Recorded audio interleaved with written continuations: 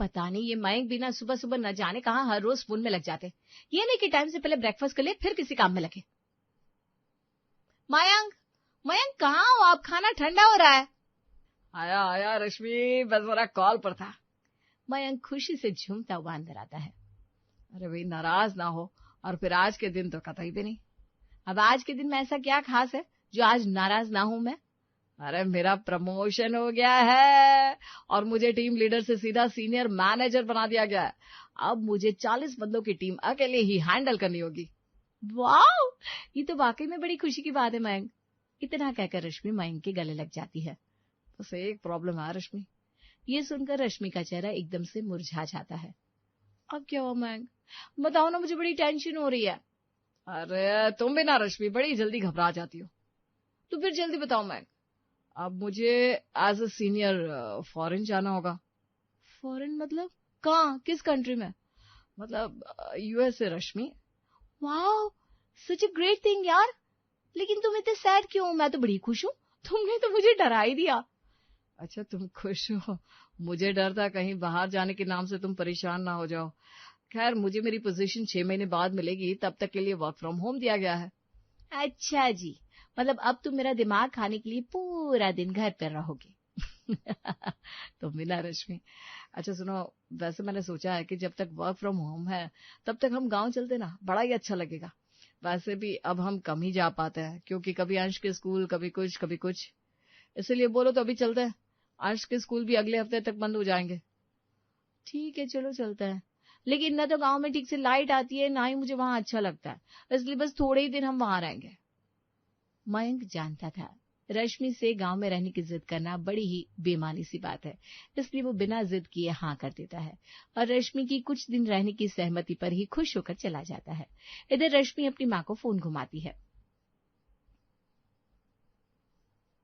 क्या हुआ बिटिया रानी, आज बड़े ही सुबह सुबह फोन घुमा दिया?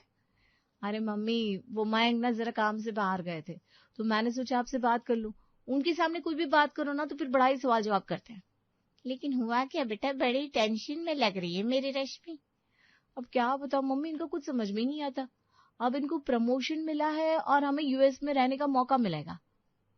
अरे वाह, ये तो बड़ी खुशी की बात है। अरे रुक जाओ ना मम्मी, आगे की बात सुनो। आप भी ना आधी बात बीच में लेकर उड़ देती हो।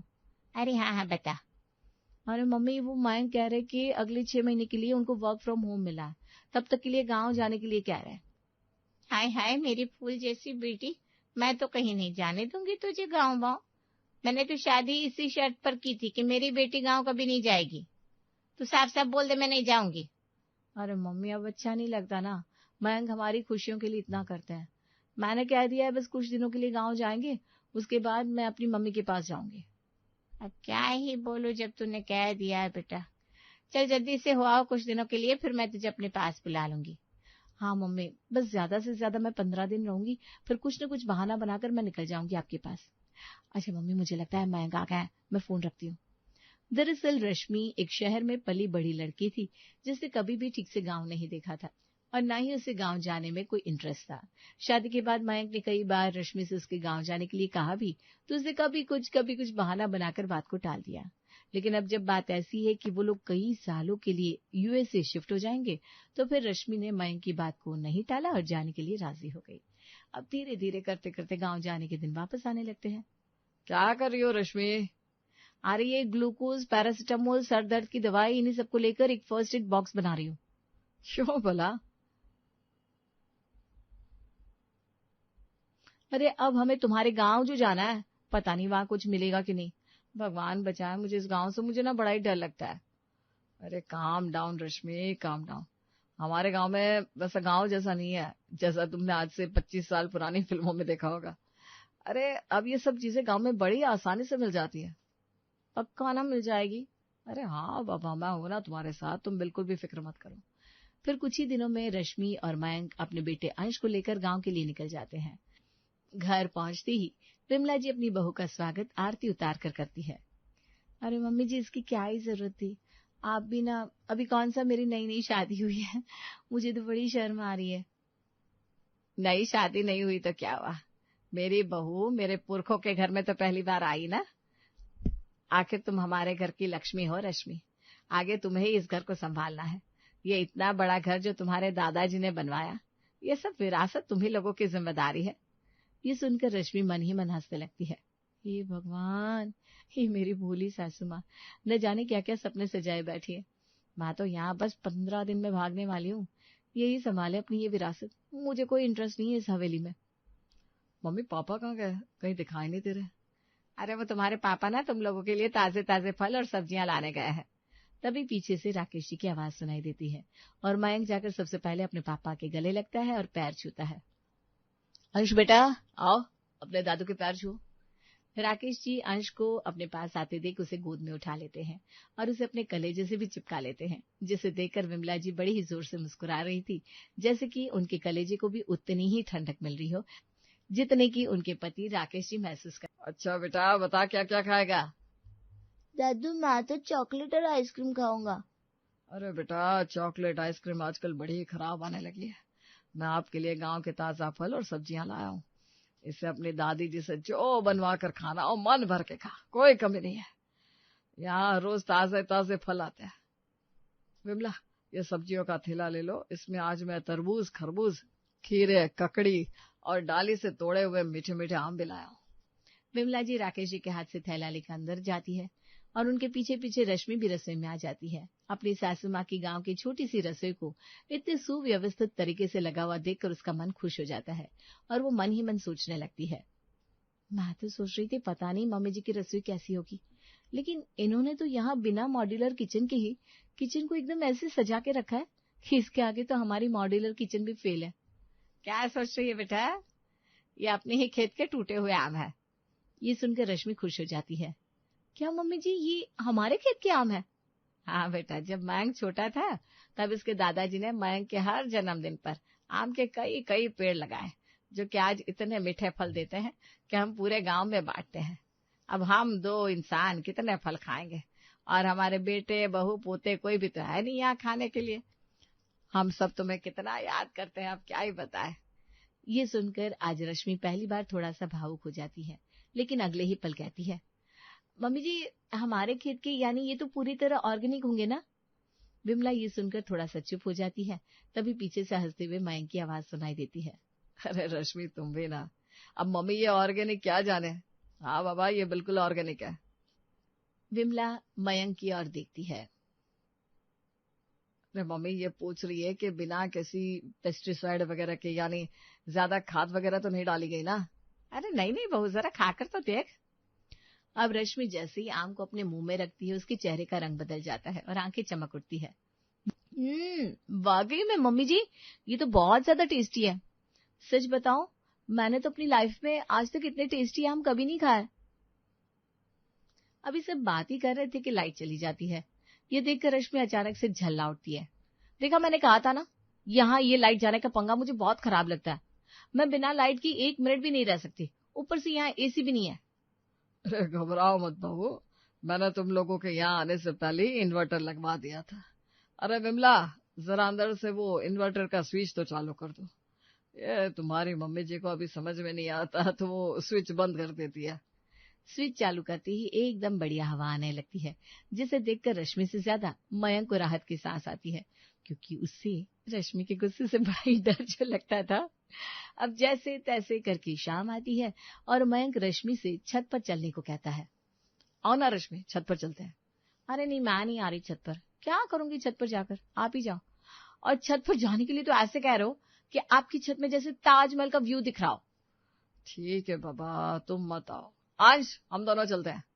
और फिर मयंक और अंश छत पर जाते हैं तो देखते हैं पूरे आसमान में चारों तरफ पतंगे ही पतंगे छाई हुई है, जिसे देखकर अंश खुशी के मारे उछल पड़ता है और चिल्लाने लगता है, पापा कितने सारे काइट्स, वाओ मुझे भी चाहिए पापा, मुझे भी काइट्स चाहिए।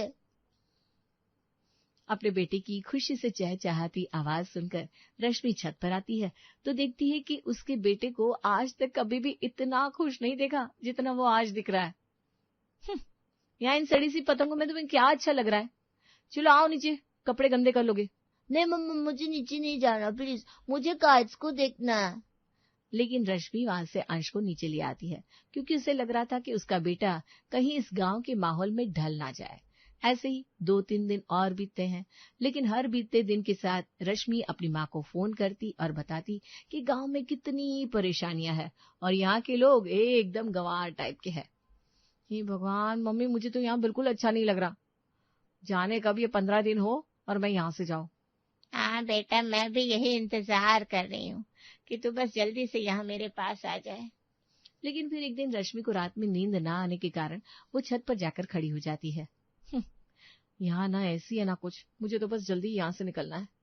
तभी वो देखती है गांव की औरतें सर पर बर्तन लेकर एक लाइन में बड़ी ही दूर तक चली जा रही है। वो अपनी सासू माँ के पास जाकर पूछती है, मम्मी जी, ये गांव की सारी औरतें कहाँ जा रही हैं? क्या हुआ बेटा, आज इतनी जल्दी जाग गई, तुझे नींद नहीं आई? अरे मम्मी जी, मुझे नींद कहाँ आती है, पता नहीं आप लोग एसी के बिना कैसे सो जाते हैं। बहुत जब ज्यादा गर्मी होती है तो हम कूलर चला लेते हैं, लेकिन एसी की तो जरूरत महसूस नहीं होती। अरे कभी एसी में सो कर तो देखो मम्मी जी, फिर आप एसी के बिना रह नहीं पाओगे। हाँ बेटा, मैंने भी यही सोचा है कि जो एक बार एसी में रहने लगता है उसे फिर उसकी आदत लग जाती है और फिर एसी के बिना रहने में परेशानी आती है। ये सुनकर पहली बार रश्मि को लगता है शायद उसकी सासू माँ सही कह रही है, क्योंकि जिस गर्मी में वो रह रही है उसी गर्मी में उसकी सासू माँ भी तो रह रही है, फिर भी वो इस चीज में इतनी कंफर्टेबल कैसे है। अच्छा मम्मी जी, ये बताइए ना, इतनी सारी औरतें एक साथ लाइन बनाकर कहाँ जा रही है? बेटा, ये हमारे घर से थोड़ी ही दूर पर जो आगे एक मोहल्ला है ना, ये सब उसकी औरतें हैं। वहां पर जो कुआं है वो तो कई सालों पहले सूख गया, लेकिन फिर भी पूरे साल भर तो हैंडपंप में पानी आता है, सिवाय इन गर्मी के दिनों में। ये सुनकर रश्मि चौंक जाती है। क्या आज के समय में भी लोग हैंडपंप से पानी भरते हैं? तो मम्मी जी, गांव में क्या मोटर नहीं है? मोटर तो है बेटा, लेकिन लाइट की समस्या है ना। ये सुनकर रश्मि को लगता है कि शहरों में हम मेंटेनेंस देते हैं और सारी सुविधाएं ले लेते हैं, लेकिन यहाँ वाकई में गांव के लोगों को सही मायने में मदद की जरूरत है, लेकिन उनके मदद के लिए कोई भी आगे आकर खड़ा नहीं होता। ये सुनकर रश्मि विमला जी को तो कोई जवाब नहीं देती, लेकिन फिर मयंक के पास जाती है। क्या कर रहे हो मयंक? कुछ नहीं रश्मि, बस थोड़ा सा ऑफिस का काम देख रहा था। मयंक, मैं आपसे कुछ बात करना चाहती हूँ। हाँ बताओ रश्मि, क्या हुआ? गांव की औरतें हर रोज इस तरीके से पानी भरने जाती हैं, क्या हम इनकी कोई मदद नहीं कर सकते? ये सुनकर मयंक चौंक जाता है, क्योंकि उसे रश्मि से ऐसे सवाल की उम्मीद नहीं थी। तुम बताओ रश्मि, क्या मदद करना चाहती हो? जब ये गांव हमारा है और हम इसी मिट्टी में पैदा होकर आज शहरों में बाहर रहकर करोड़ों रुपए के पैकेज उठा रहे हैं, तो क्या हमें इस गांव के बिछड़े हुए लोगों की मदद नहीं करनी चाहिए?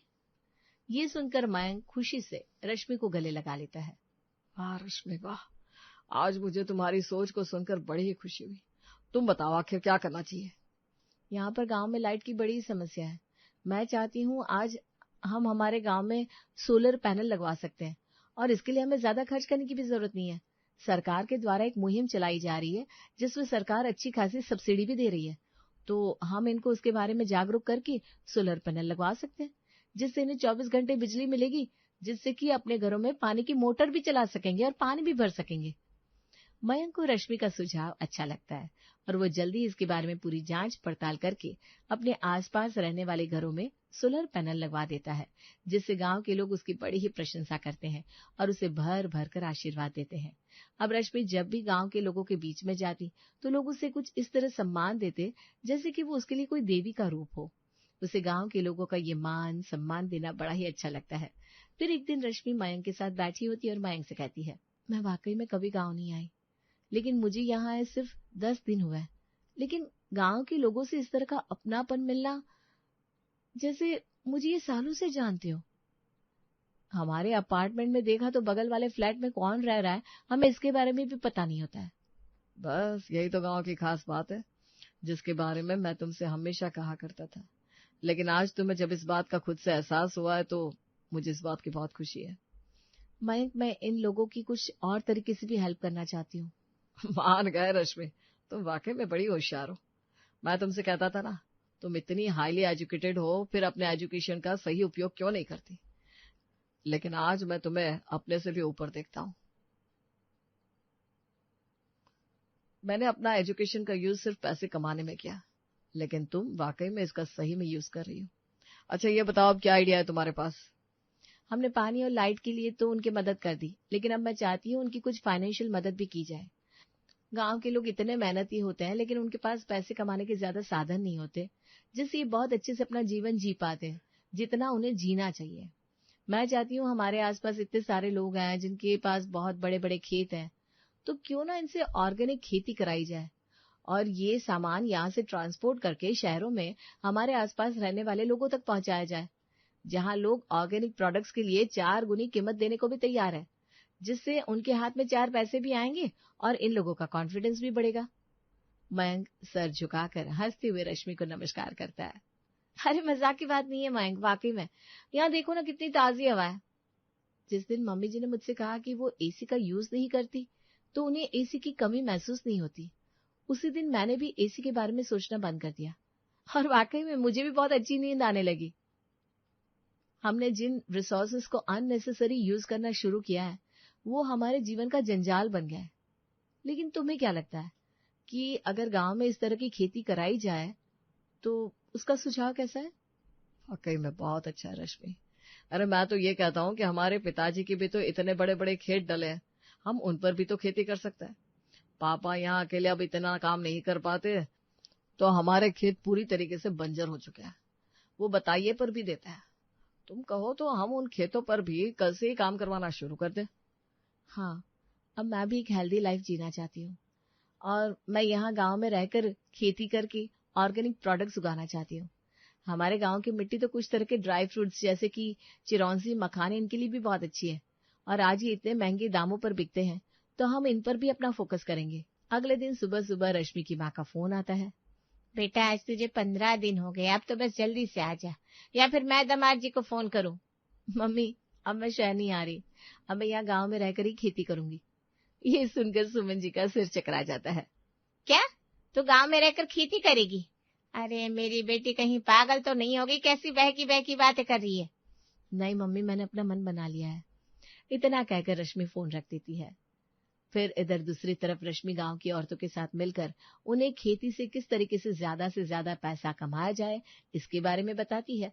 अब गांव की औरतें अपने सेल्फ हेल्प ग्रुप बनाकर खेती के साथ साथ अचार, पापड़, चिप्स इनका भी बिजनेस शुरू कर देती है।